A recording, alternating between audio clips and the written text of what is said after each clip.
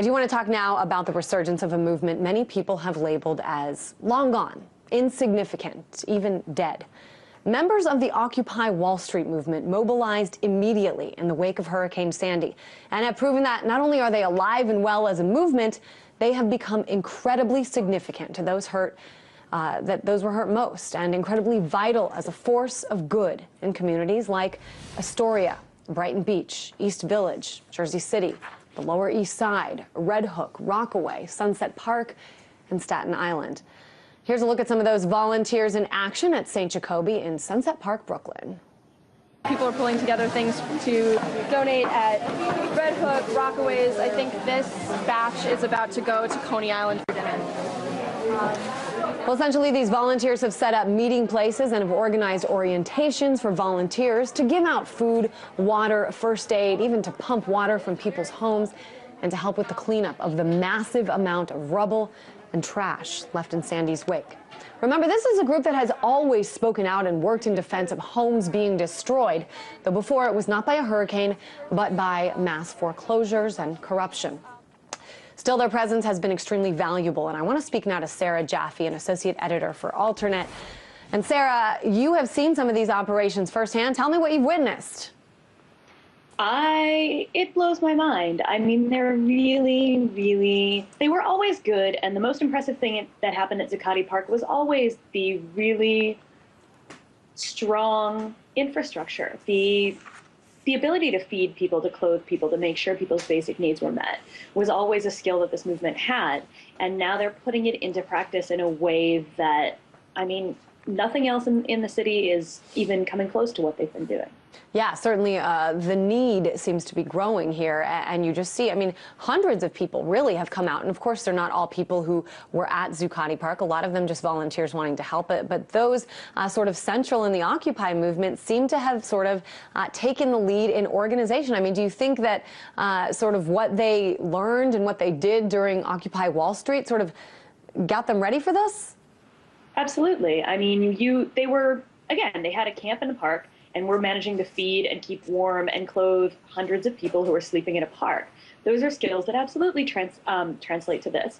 Also, in the time since the park was evicted, people have gotten to be very good organizers in communities, have been working with the church that they're organizing in Sunset Park was connected to rent strikes that were being organized in part with Occupy organizers in that neighborhood.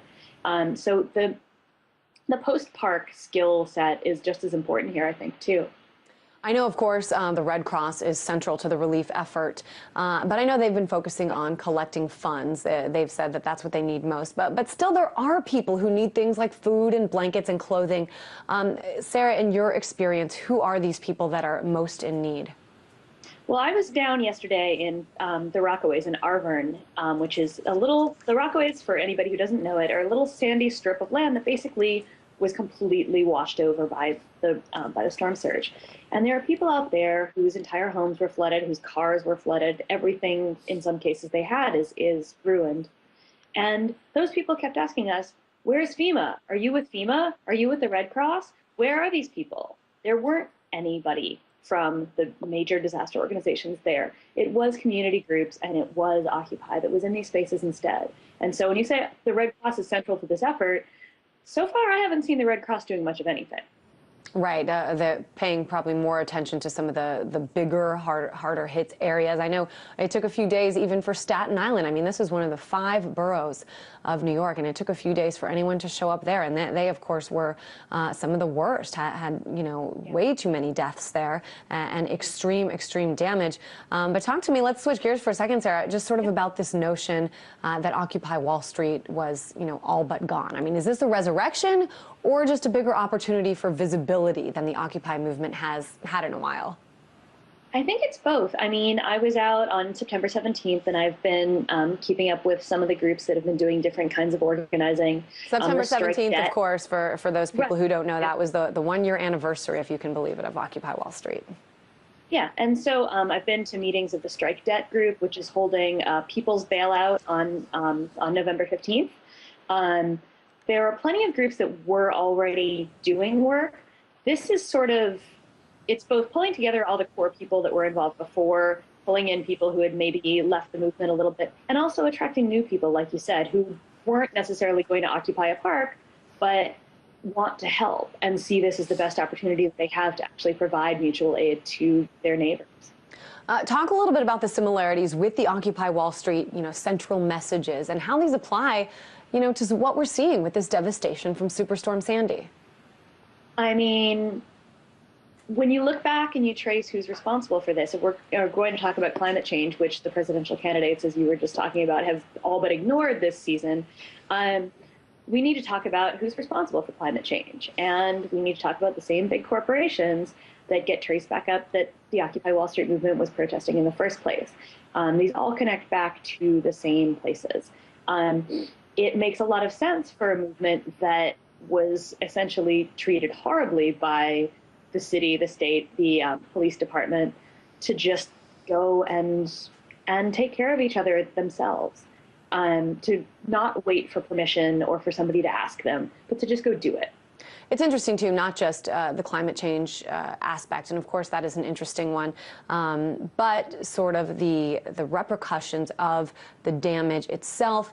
Who was hardest hit? This isn't Katrina. This isn't a situation where the levees broke, but we did see a whole lot of, people living in housing projects, people living in, trailer parks. These are the people that were sort of hurt the most and that didn't get that immediate response. So it's interesting sort of how it brought to light some of the income inequality issues, don't you think? Absolutely. Yeah, I mean, this is, I remember I lived in New Orleans, not during Hurricane Katrina, but before that. And I remember people saying, oh, this looks like a third world country. And I was just going, of course it does. This is how many, many people in this country live. In public housing out in the Rockaways, people are stuck on 13th, 14th floor apartments with no elevators. In some cases, elderly and disabled people who can't get up and down stairs very well. And their neighbors are the only ones who are bringing them food. The Red Cross, in some cases, Molly and John Neffel reported, showed up at the end of the day with a whole bunch of egg salad sandwiches, which, as anybody who's ever had an egg salad sandwich knows, they don't keep very long. So yes, the impact of this disaster is absolutely affected by race and class. We knew that. We knew that was going to be how it was. And when we're talking about where the Red Cross and FEMA are showing up, people that I talked to yesterday in the Rockaways know who's power on before they do. They know where the Red Cross has up staging locations. They know where FEMA is, and they know it's not their neighborhood. Real quick, Sarah, we're almost out of time, but in your reporting on this, what have some of these Occupy Sandy organizers said are the plans? How much longer are they going to continue these? I just saw on Twitter that there's even more locations as of, a few hours ago. Yeah, I was just looking at an interactive map that they have up on Google Maps with all the locations where you can drop off supplies.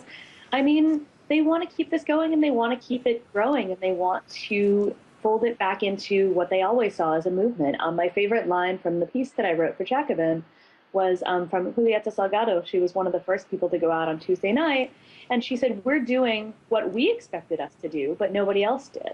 I mean, they knew that they were capable of doing this kind of work, and when they're demonstrating that they are, other people are willing to join it. Yeah, absolutely.